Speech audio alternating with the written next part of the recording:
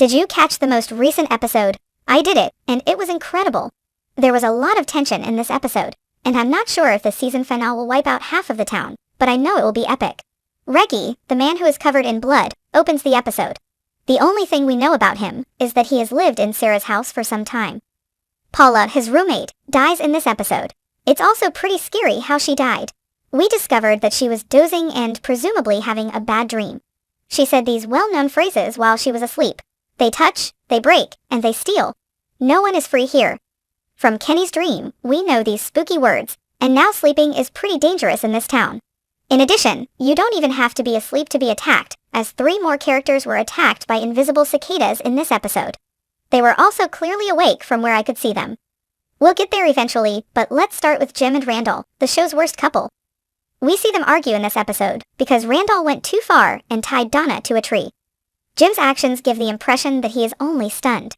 Randall pulls a knife at him as he tries to untie Donna, but Boyd shows up and saves the day. He advises them to return, but our brilliant Sherlock accidentally drops the keys to the car into the forest, forcing everyone to spend the night in Jim's RV. We can see that Randall is the cause of the tension, and he still doesn't think the people in this town are innocent and aren't part of an experiment.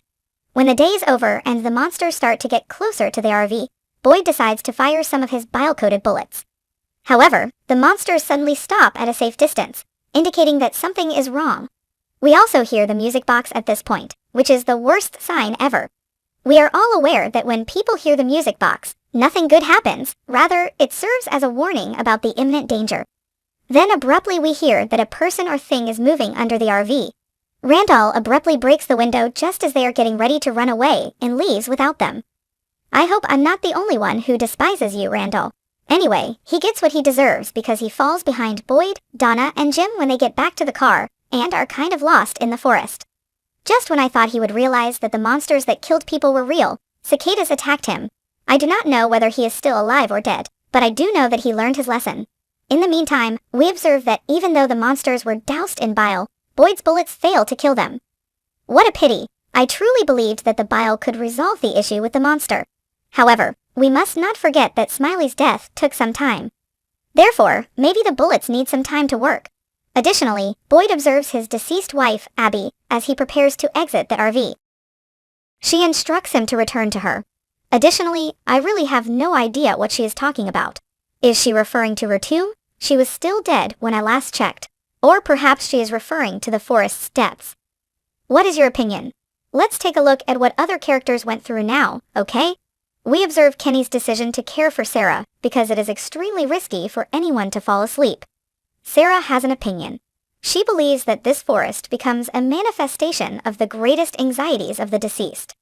She is obsessed with this theory because Nathan, her deceased brother, used to be terrified of cicadas and thought they were monsters as a child. Consequently, she believes Nathan's fear was the reason cicada arrived. Is that at all feasible? I believe it could. In this town, people's fears and dreams can cause bad things to happen. What is your opinion? Tabitha and Jade are shown going over Victor's and Eloise's drawings in a different scene. Jade shows her a drawing of a Civil War soldier one at a time. The soldiers are the same ones who chased and attacked Jade in his vision. After that, Tabitha shows Jade the drawing of the lighthouse. Jade believes that the monster kids are the same kids Victor's mother tried to save. I believe this town is in a loop, as certain incidents occur repeatedly over time. Perhaps those who passed away come back to life and settle in the town in one way or another. Regarding the visions, it's possible that they are fragments of memories from previous lives. What is your opinion?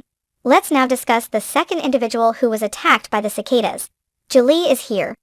Despite the fact that she is not my favorite character, I detest the possibility of her passing.